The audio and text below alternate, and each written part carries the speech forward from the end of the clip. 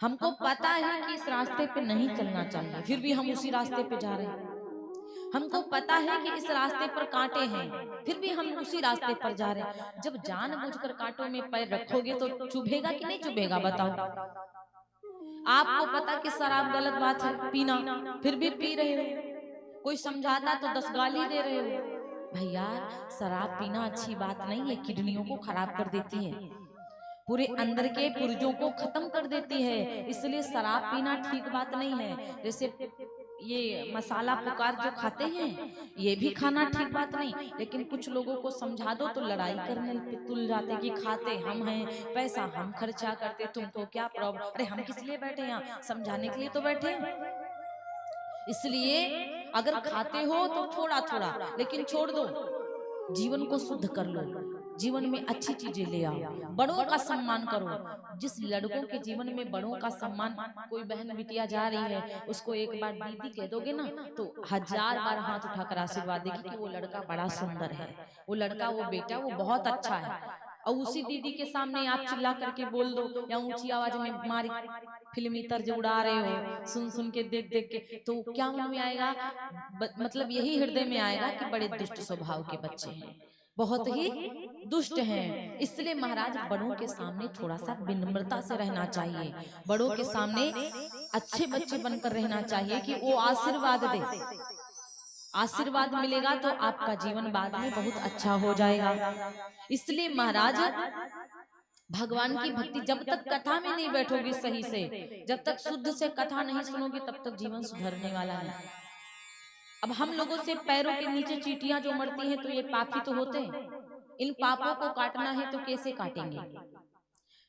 जैसे कि तालाब के पास में गए, हमको पता है कि इस तालाब में मछलियां हैं, तो छोटे छोटे अपना आटा की गोलियां बना करके उस तालाब में डाल देंगे तो अपना मछलियां खा लेंगे, पाप हमारे गलती से जो हुई कट जाएंगे।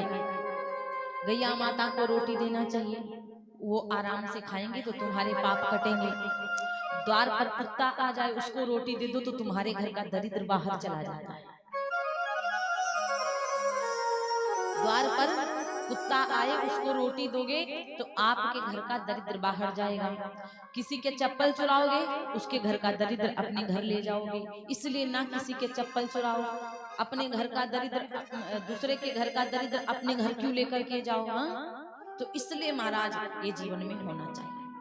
परीक्षित जी महाराज प्रश्न करते हैं कि बाबा, सुखदेव जी महाराज जी से, हे गुरुदेव, आप मुझे ये बताइए कि जब व्यक्ति मंदिर को जाता है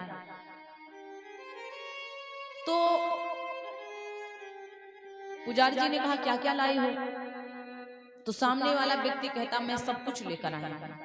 पुजारी जी ने कहा फूल लेके आए हो? बोले हाँ। तो कहने लगे चढ़ा दो, तो फूल चढ़ा दिया। पुजारी जी कहते हैं वस्त्र लेकर के आए हो? बोले हाँ। तो कहने लगे चढ़ा दो, वो भी चढ़ा दिया। पुजारी जी बोले दक्षिणा लाए हो? बोले हाँ। इसको भी चढ़ा दो, तो मैंने चढ़ा दिया। पुजारी जी बोले मीठा लाए हो? बोले हाँ। इसको भी चढ़ा दो, इसको भी चढ़ा दिया। पुजारी जी बोले गंदा मन भी लाए हो? गंदा मन, वो भी चढ़ा दो। वो कोई नहीं चढ़ाता है, जो चढ़ाना चाहिए भगवान को वो कोई नहीं चढ़ाता है। और ये मीठा फल तो भगवान ने बनाया, चलो तेरा तुझको अर्पण, हम भगवान का भगवान को देते, यही कह करके हमें भगवान को अर्पण करना चाहिए कि प्रभु मुझे जो आपने दिया वही मैं आपको दे रहा हूँ, जो मुझे आपने दिया मैं आपको दे रहा हूँ। जैसे कि बाप, एक दिन ऐसा था कि उसने मुझे जन्म दिया, जब मैं बच्चा था तो पालना झुलाया, गोदी में लिया, कंधे पर बिठाया, गांव गांव घुमाया। वही बाप एक दिन बच्चे की तरह बूढ़ा हो जाता है, तो क्या बच्चा का फर्ज नहीं बनता कि एक मेरा बाप जब मैं छोटा था तो कंधे पर बिठा के घुमाता था, आज मेरा बाप बूढ़ा हो गया है, बच्चों की भांति हरकतें कर रहा है, तो इसको भी तो हम खिलाएं, इसको भी तो बच्चों की तरह रखें। बाल्यावस्था, बुढ़ापा, ये दोनों एक समान होते हैं। लोग कहने लगते हैं कि बुढ़ापा पे दादा लोग की बुद्धि काम नहीं करती, वो बचपना आ जाता है। आप बच्चे थे तो कितनी शैतानी करते थे, फिर भी माता पिता सहन करते थे। अब जैसे ये बच्चा है, आता है जाता है, फिर भी मम्मी पापा क्या करें, अपना खेल रहा है तो खेल रहा है, कुछ कर सकते हैं। एक दिन बूढ़े हो जाएंगे माता पिता, तो इनको भी समझना चाहिए कि अब माता पिता हैं, बूढ़े हो गए हैं, अब बरबराएंगे भी, चिल्लाएंगे भी, डांटेंगे भी, तो इसका मतलब ये थोड़ी ना आप कौवा की तरह टाइ टाइ उसको जवाब दे रहे हो, ये तो गलत बात है ना। माता पिता चाहे कितना चिल्लाएं, आपको थोड़ा सुन लेना चाहिए। कोई बात नहीं भाई, तुम्हारे अच्छे के लिए चिल्लाते हैं। जब बचपन में छोटे होते बच्चे तो माता पिता डंडियों से खूब मारते हैं, पिटाई करते हैं, स्कूल जाओ स्कूल जाओ स्कूल जाओ। किस लिए? कि बेटा आगे चलकर कम से कम 10,000 15,000 20,000 वाली नौकरी तो कर लोगे, अगर सरकारी नहीं पाओगे तो नौकरी तो कर लोगे।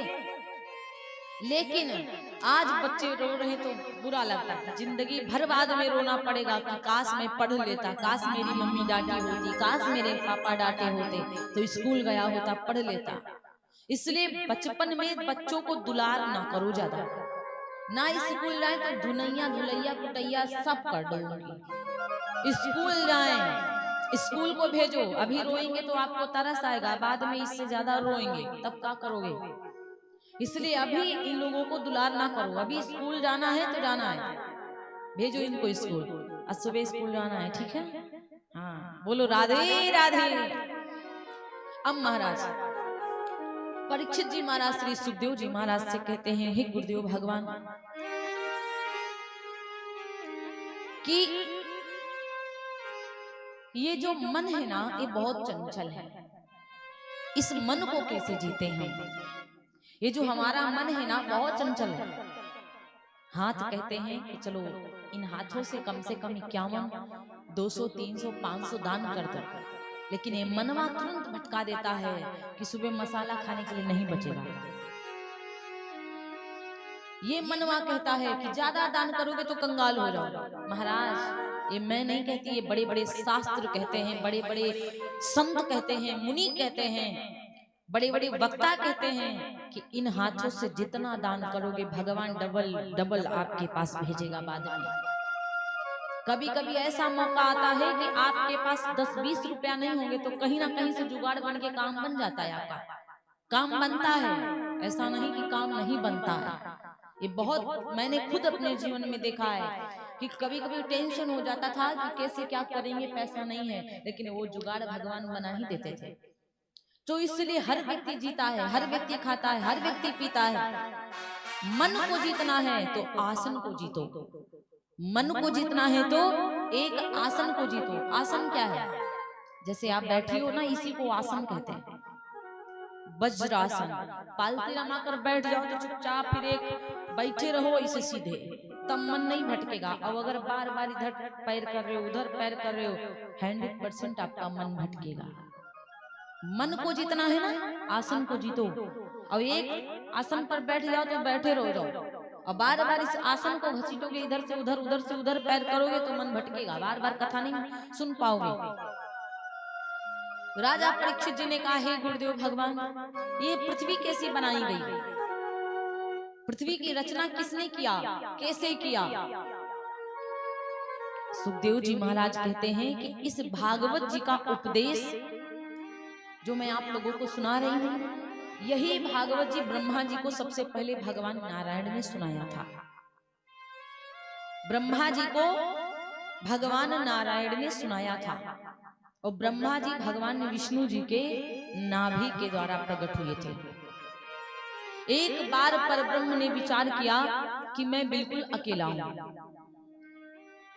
मैं बिल्कुल अकेला हूं, अगर 1 से 2 हो जाए तो और अच्छी बात है। अब जब ये मन में आ गया तो महाराज भगवान ने सबसे पहले जल बनाया, पृथ्वी पर सबसे पहले जल बनाया, और जल को संस्कृत में नार भी कहते हैं। तो सबसे पहले भगवान ने जल बनाया,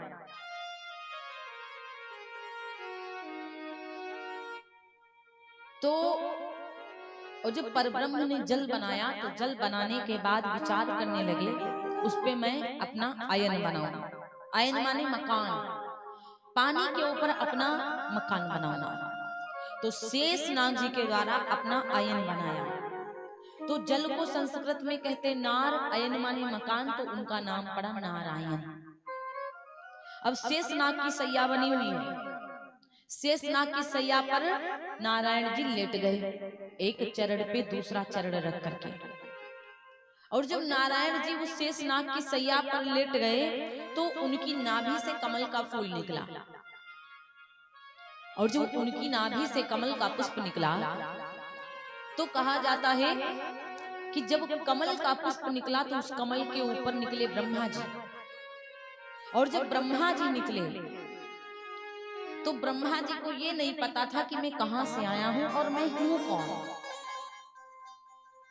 जब ब्रह्मा जी को ये नहीं पता था कि मैं कौन हूं, कहां से आया हूं, तो जो कमल की नलनी नहीं होती, जैसे ये कमल हो गया तो ये हो गई नलनी, तो ब्रह्मा जी डायरेक्ट उस कमल की नलनी में प्रवेश कर गए। और जब ब्रह्मा जी कमल की नलनी में प्रवेश कर गए, ब्रह्मा जी ऊपर जावे नीचे आवे, ऊपर जावे नीचे आवे, ब्रह्मा जी के चक्कर आने लगा। महाराज दिमाग काम नहीं कर रहा था ब्रह्मा जी का कि मैं कौन हूं और मैं कहां से आया हूं। तब जाकर के ब्रह्मा जी को दो शब्द सुनाई पड़े।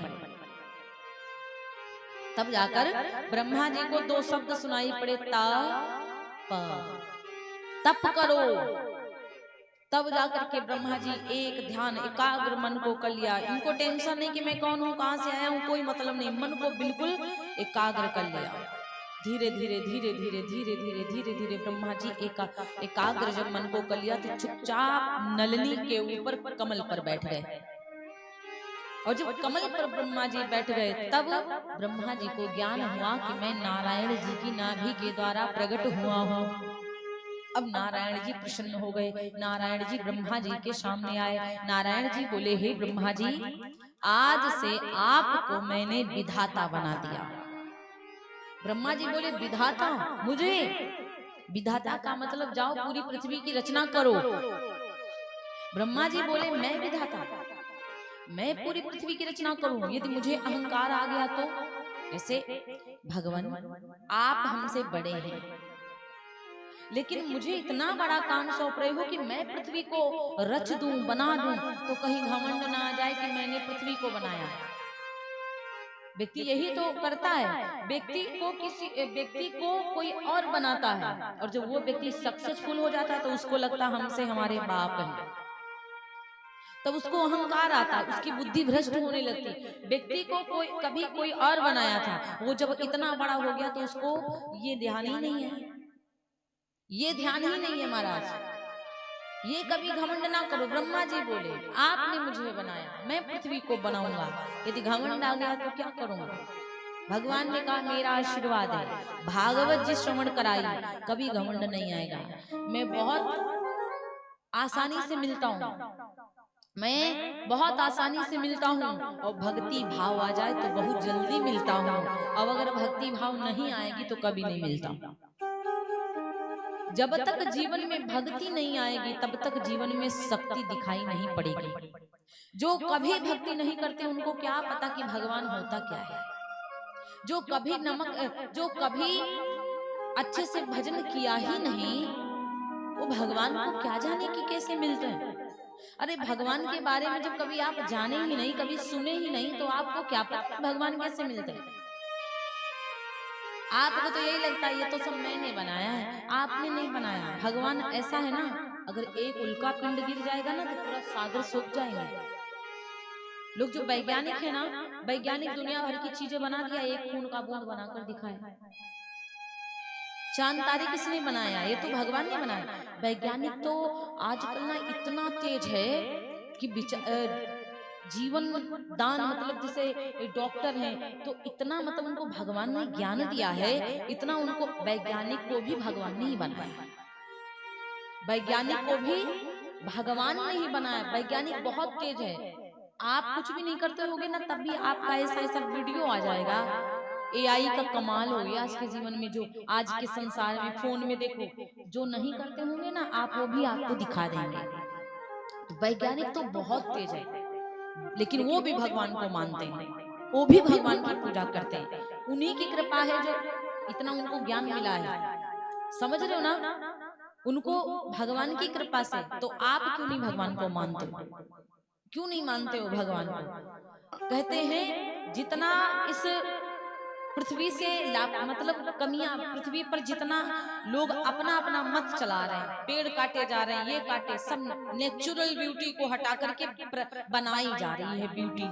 ब्यूटी माने सुंदरता, नेचुरल चीजों को हटाया जाता है, पेड़ पौधों को कटाया जाता है, जीव जंतुओं के घरों को उजाड़ा जाता है।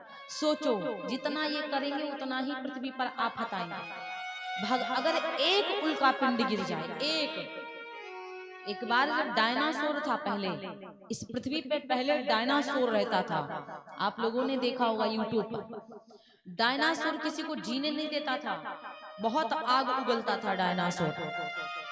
जब आफत डायनासोर इस पृथ्वी पर कर दिए थे, तब भगवान की कृपा से एक उल्का पिंड गिरा था, तो सारी दुनिया तहस नहस, एक सेकंड में पूरा सागर सूख गया था। जिस समय उल्का पिंड गिरा था, एक सेकंड में पूरा सागर सूख गया था, डायनासोर समाप्त हो गए। पृथ्वी फिर से अब देखो कैसे चल रही है। हम लोग आए, आप लोग आए, दुनिया में मनुष्य बस गए डायनासोर के बाद। तो ये समझ लो कि जितना आप पाप करोगे, जितना इस पृथ्वी पर गलत करोगे, एक भगवान का पिंड डालेंगे तो एक सेकंड में जलकर राख हो जाओगे। इसलिए भगवान से कभी मजाक ना करो। प्रेम कर लो भगवान से तो लड़ाई भी कर लो तो भी चलेगा, प्रेम कर लोगे तो भगवान से बात भी करोगे तो भी चलेगा। फिर आपको जो खिलाना खिलाओ, जो मांगना है मांगो, लेकिन बिना प्रेम के आजकल कुछ नहीं होने वाला। बिना प्रेम के भगवान कुछ नहीं होगा। ब्रह्मा जी बोले मैं पृथ्वी की रचना करूंगा, मुझे अहंकार हो गया तो क्या करूंगा? भगवान बोले बिल्कुल कोई अहंकार नहीं होगा, ये मेरा आशीर्वाद है। भागवत जी का ब्रह्मा जी को उपदेश दिया, क्योंकि ऊंट को खुद के ऊपर बड़ा घमंड होता है कि मैं सबसे ऊंचा हूं, लेकिन वही ऊंट जब पहाड़ के नीचे से गुजरता है और जब सर उठाकर ऊपर देखता है, तब उसका घमंड टूटता है कि हमारी पीठ से, हमारी गर्दन से ऊंचा ये पहाड़ भी है। इसलिए ऊंट की तरह घमंड ना करो कि हम सबसे बड़े हैं, हम सबसे बड़े नहीं, ऊपर वाले की कृपा है जो आप बड़े हो। ऊपर वाला ही जब चाहता है तभी आप बड़े बनते हो, तभी बस आप अपनी मनसा को ठीक रखो तो बड़े हो। बोलो राधे राधे। जैसा कर्म करोगे फल वैसा मिलेगा। कहते जैसी करनी वैसी भरनी, इसमें फर्क जरा भी ना, पेड़ बबूल की जो बोए सो फिर आम कहाँ से खाए, पेड़ बबूल की जो बोए।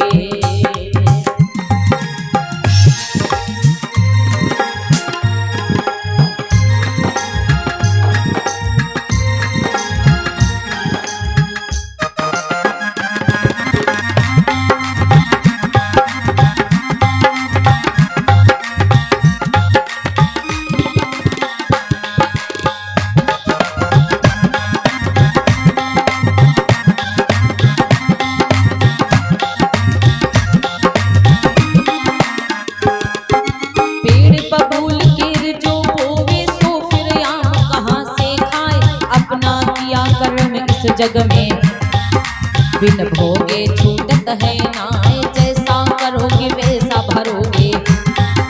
सुन लो भैया ध्यान लगाए, पेड़ बबूल की जो बोए।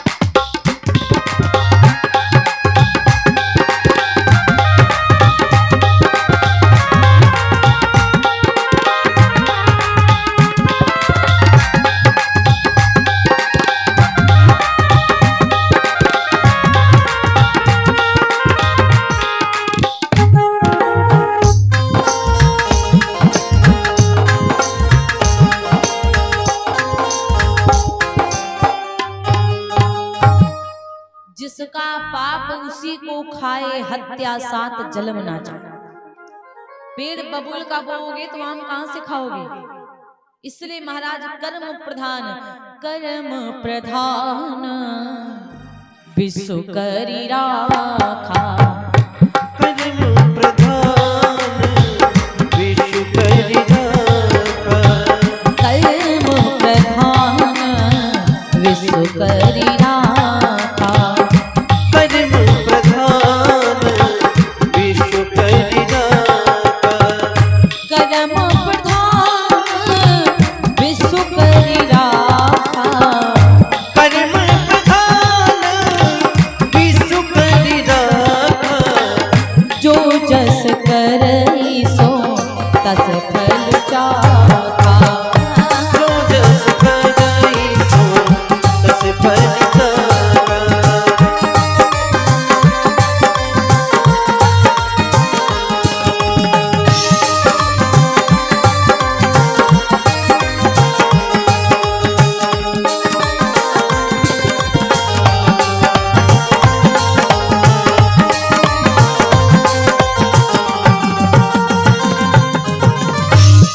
कर्म प्रधान विश्व करी राखा।